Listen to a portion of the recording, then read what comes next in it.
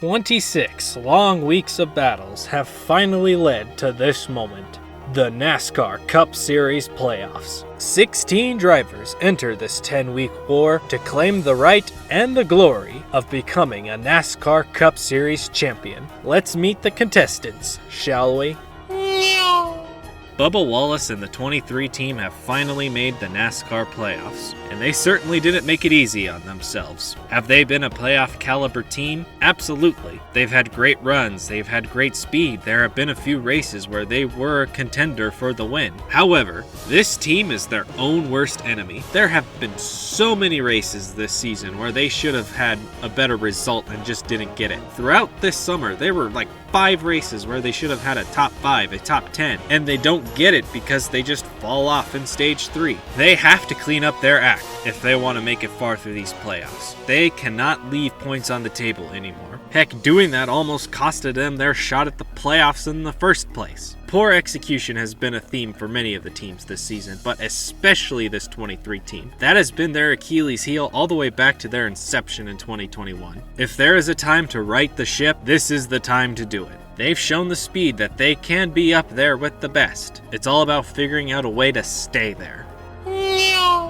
Throughout his final season, Kevin Harvick has been shackled with the corpse of Stewart-Haas Racing, dragging him down to the bottom of the Mariana Trench. Despite slow race cars throughout the season, Harvick has somehow, someway found a way to get himself not only into the playoffs, but actually have several spots this season where he could have been a race-winning car. Mind you, he's been doing this on bad ribs, as he recently disclosed that he had hurt his ribs back in the off week in June. That is impressive grit from this old veteran, and he is ready to go one last time. Do I think he's going to win this championship? No. Not really. Stewart-Haas Racing just frankly sucks. They are not a good race team. They are a dying race team, and they're probably going to be on life support when he retires at the end of this year. All I want to see out of Kevin Harvick is just one last victory. One last magical moment like Jeff Gordon was able to get in 2015, or Matt Kenseth to a little lesser extent in 2017. As long as he does that,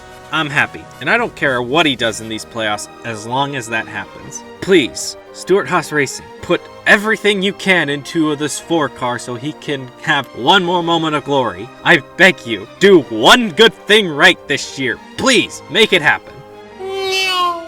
In most seasons, Ricky Stenhouse Jr. winning the Daytona 500 would just steal a playoff spot from somebody else more deserving. However, this season, that has not been the case. Stenhouse and this 47 team have been good. They're not great. They are by no means a championship contender. However, they are still one of the top 15 better teams out there. JTG Doherty Racing is a legitimate top 15 team this season. That should tell you all you need to know about this team. Are they going to make it out of the first round? Probably not. But you know what? They earned their spot here. And for a team like JTG and for a driver like Stenhouse, that is a great accomplishment in of itself. And for that, y'all have my respect. Let's just hope that there are no international drivers in Stenhouse's way, though. Buddy, World War II was almost 80 years ago. Yeesh. Woo! America, 1776. We are the champs. America! You know, I think it's safe to say that Michael McDowell has beaten the Michael Mid-Dowell allegations this season. This 34 team has come a long way in the past few years. They are legit one of the best Ford teams out there every week. I mean, he's pretty much been ahead of 3 SHR cars for most of the year. Michael McDowell and Front Row Motorsports have done that, and it all culminated with a well-earned, dominant victory at Indianapolis. Do I expect this team to be a championship contender? No. Do I even expect them to make the first round? Not really. But if he does, he's got some good tracks for him in that round. And I would not be surprised if he can make it to the round of 8. And I can't believe I'm saying that about Michael McDowell and Front Row Motorsports. But that is what this team has built. They are one of the top underdog teams in the sport right now. It may not be pretty most weeks, but it has been effective. And it gets them results. And that is ultimately all you can ask out of a team like this one. And honestly, it's just hard not to feel good for them to see this run of success for them. They've already beaten a plethora of great teams to get here. Who says they can't still do it for 10 more races?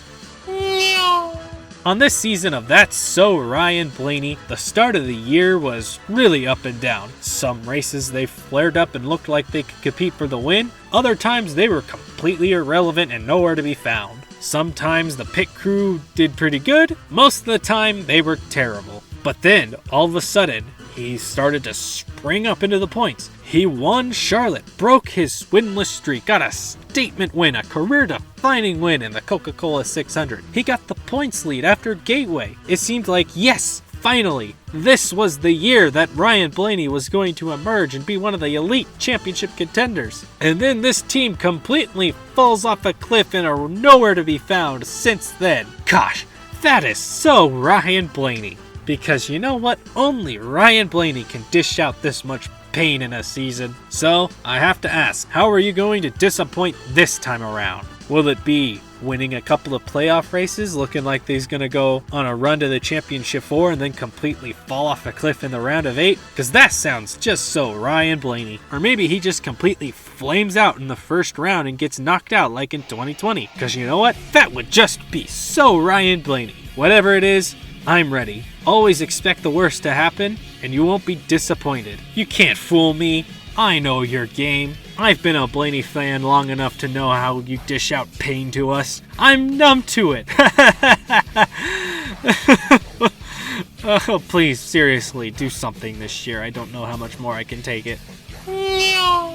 Yep, this season has pretty much been the epitome of the odd-numbered Joey Logano season. He's got a win in Atlanta, a win he got in dominant fashion. Outside of that, he's barely done anything. Sure, he'll flare up and get a strong top 5 finish from time to time, but most of the time, he kinda just hangs out in like 10th to 15th place most races. Do I doubt that this team can be a championship contender? Absolutely not. They're the defending champion, and Joey Logano can turn into Marv Heemeyer at any moment he wants. However, this is the odd-numbered Joey Logano season. He'll probably make the round of 8 and not do anything else outside of that. That's just how it is. Them's the trends, and Larry Mack's trends never lie. Here in the Florida area, the panhandle of Florida. No, the panhandle's up here.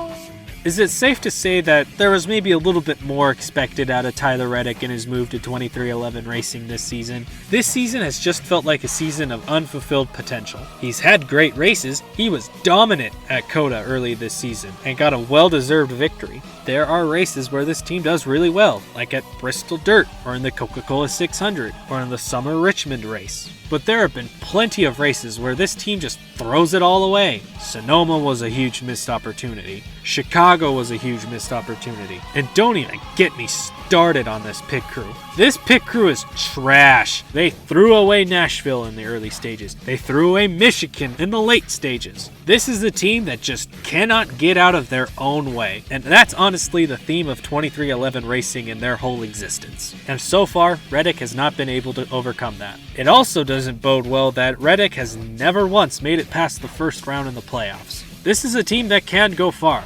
They, without a doubt, have the ability to go deep into the round of 8 or even make it all the way to the championship 4 as a dark horse threat. But honestly, I don't know if I can trust them. Too often this team just throws opportunities away, and for that, I cannot seriously consider them a championship threat this season. Sorry, but y'all did it to yourselves. And if you want to prove me wrong, just be like you're a team owner and take it personally. That'll do yourselves a big favor. The RFK experiment has been a massive success this season. Brad Keselowski, after having a horrible season where he just looked terrible all year, has made his way back into the playoffs. He's been up and down like everybody has been this season, but when his team is good, they are good, and the results do lie a little bit. There have been many races this season where this 6 team was a top 10, top 5, a race-winning contender, and it just hasn't materialized into a good result. I can think of 5, 6, 7 races where this 6 team could have gotten a top 5 or even the race win. If this team can put it all together and get a race win, then this 6 team might just be one of the best sleeper picks to make a deep playoff run. How insane is that? The rest of the field better watch their backs. Bad Brad is coming back, and he's hungry. A few moments later. What's that? Someone's coming! They're getting closer. I just gotta act natural.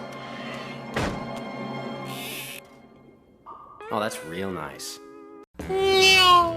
After last season, I don't think anybody would really doubt Ross Chastain having a bit of a down year compared to how good they were last year. And that's exactly what's been happening this year. To start out the year, this team was great. They were in the top 5 in points for the first half of this season. In fact, they were even leading the points at multiple times. However, this team's biggest problem was execution. They could never finish out the deal. They finally were able to do that at Nashville, but since that Nashville win, this team has just fallen off a cliff. They have been nowhere close to having speed. And even before the Nashville win, that was happening. And it can all be tied back to one singular moment. That restart at Darlington. Since that moment, Chastain has had a massive target on his back from Hendrick Motorsports, the top team of NASCAR, and Chevrolet, the manufacturer of Trackhouse. So I guess it's not that much of a surprise that Chastain has fallen off in the second half of this regular season. For this team, they just need to regroup and find the speed they had in the spring, and make sure that these races they have great execution. As long as they do that, Chastain has the ability and Trackhouse has the speed to be a championship contender. You just gotta put the pieces together. And that has been this team's biggest weakness. But hey, look on the bright side. At least half the field doesn't want to smash your melon into the ground. Finish him!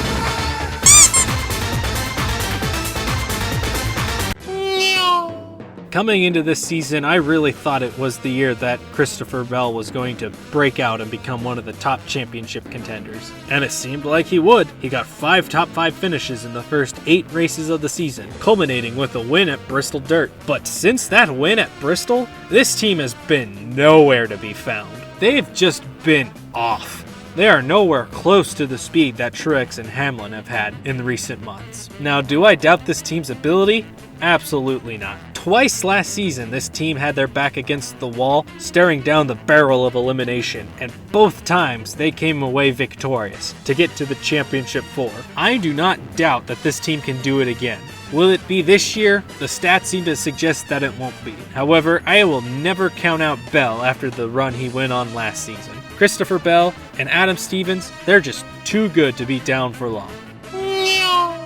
Only Kyle Larson can lead the Cup Series in DNFs this season and still somehow lead the series in top 5 finishes and be one of the championship threats. That's just how Kyle Larson rolls. Make no mistake, while this season has not been that impressive for his standards, he is still the best race car driver in North America. And he is still a threat for this championship, and I got 2 reasons why for you. Richmond, Martinsville, probably 2 of his worst tracks on the schedule, and he was able to win at both of them. Sure, that was in the spring, but Hendrick Motorsports cars always magically get good again at the playoffs. And you know what?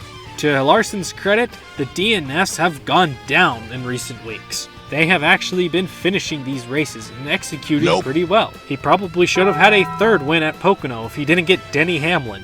And Larson also has a win at North Wilkesboro. He has been great on the short tracks this season.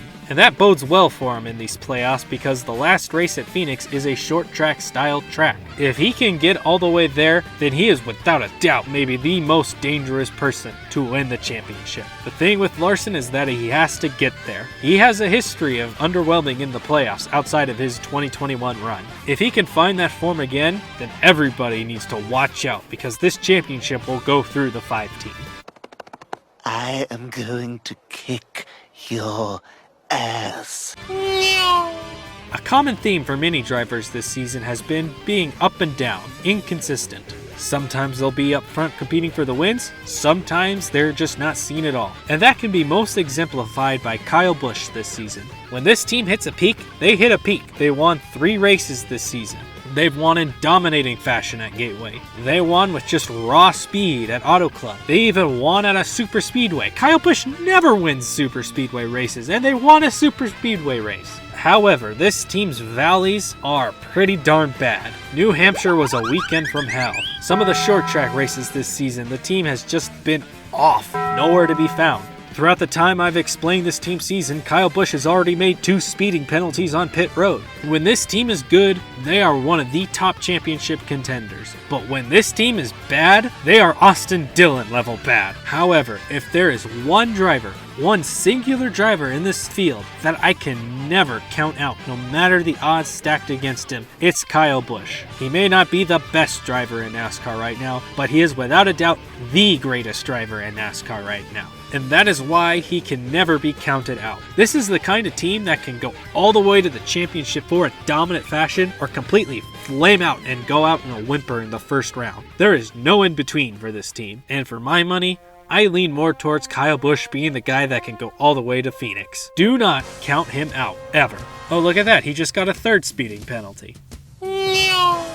Without a doubt, the person who's been the biggest beneficiary of Brad Keselowski buying into Roush has been Chris Buescher. Buescher is not a flashy driver, not at all. However, Buescher's main strength is that he's good at everything. He's not exceptional at any one discipline, but he's good at them all. He's good on the short tracks, he's good on the intermediates, he's good on the road courses, he's good on the super speedways. He is incredibly consistent. Only a few times this season has he finished outside of the top 15. That is ridiculous consistency for a season defined by everybody being up and down and all over the place. And that will be Buescher's biggest strength heading into these playoffs. He's also aided by having a ton of momentum. He's won 3 of the last 5 races. He has a bit of a cushion. All he needs to do is just be him. Just grind out some good results. However, this team's one weakness is that they usually don't get stage points, and that will be critical in order to move through these playoffs. He's got a lot of good tracks for him. RFK in general has a lot of good tracks for them in these playoffs. It is not out of the realm of possibility that Buescher can make a deep playoff run.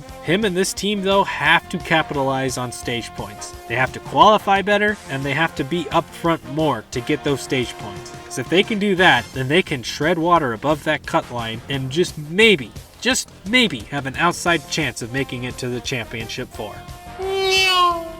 Oh wow, Denny Hamlin is one of the fastest guys week in and week out, and he is one of the championship contenders. Oh boy, I've never seen this one before. It was only so compelling the first 17 times he's done this. Seriously, what possibly more can happen to Hamlin to prevent him from winning a championship? I think we've just about seen it all with the Hail Melon that happened last season. Now, this is Denny Hamlin. He is a threat to win every single week.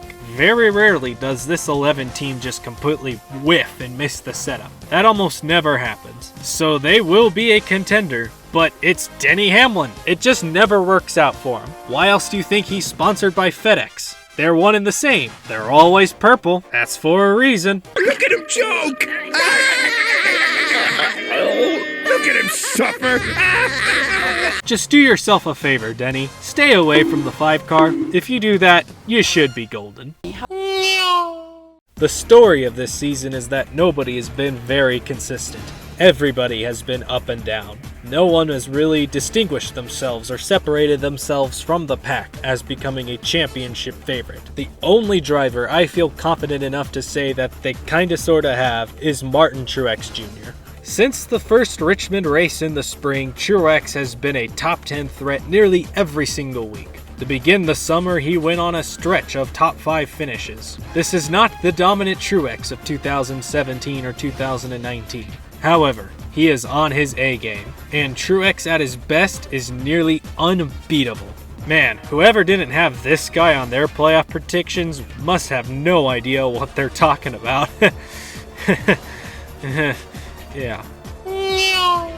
This year has finally been the year that William Byron has broken out to become one of the top championship contenders. For years, we have been waiting for this moment. It seemed like he was on the cusp of that breakout, but could never quite get there. Until this season. He was the first to win multiple races. He was the first to win 3 races. The first to win 4. He just won a 5th. He has become one of, if not the championship favorite. But oh no, he's been on a bit of a downward streak. Outside of his 2 wins this summer, he's not really been all that fast. Maybe he isn't the championship contender we all thought. Ooh! No. I've seen this movie before. Hendrick Motorsports cars always seem to suck during the summer and then magically get good again in the playoffs. No.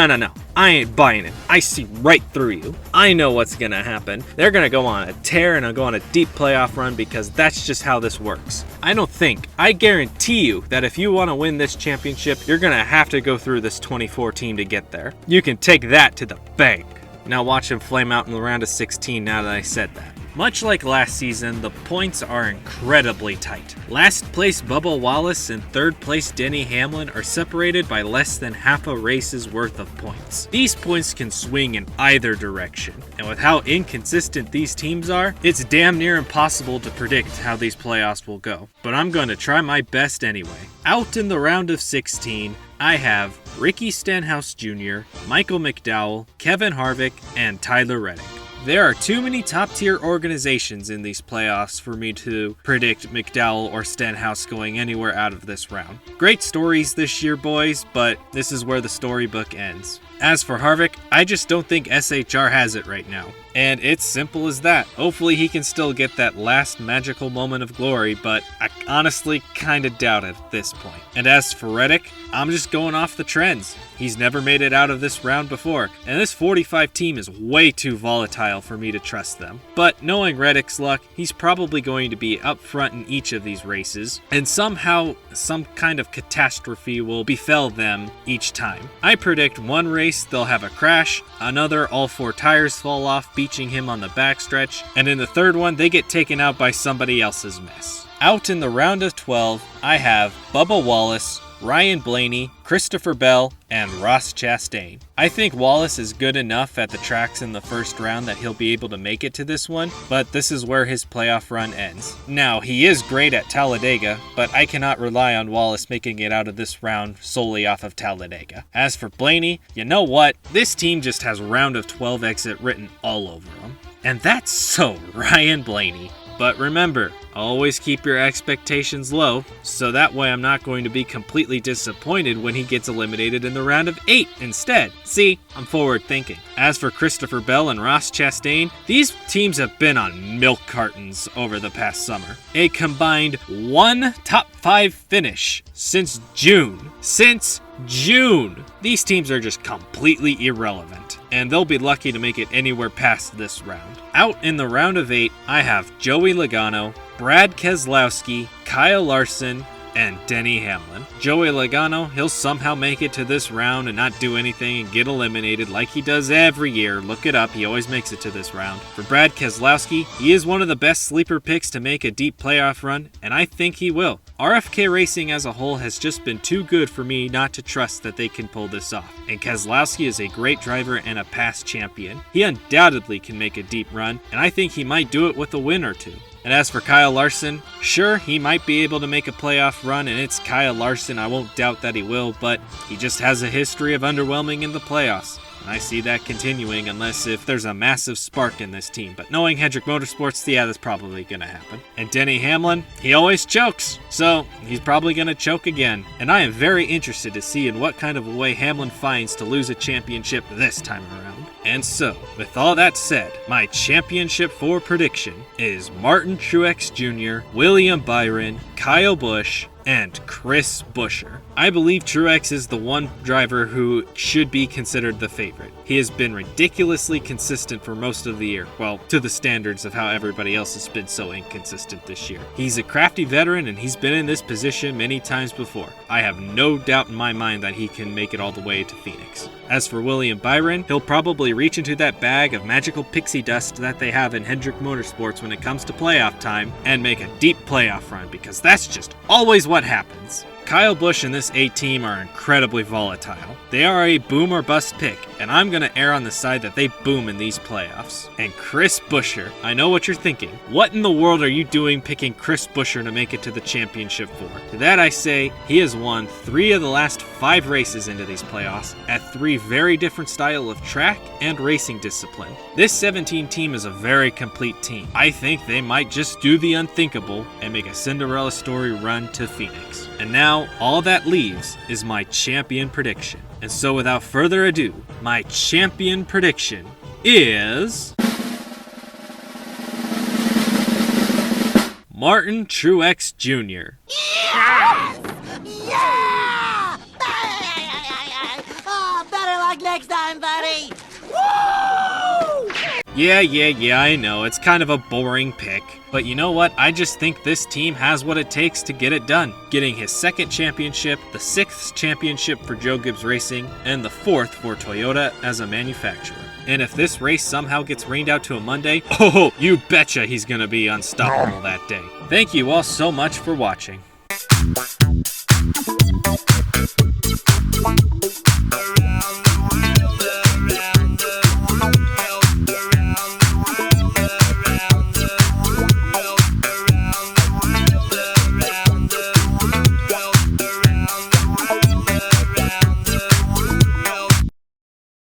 I'm gonna bust you up, plum thumb, and then I'm gonna wear your clothes. That was weird.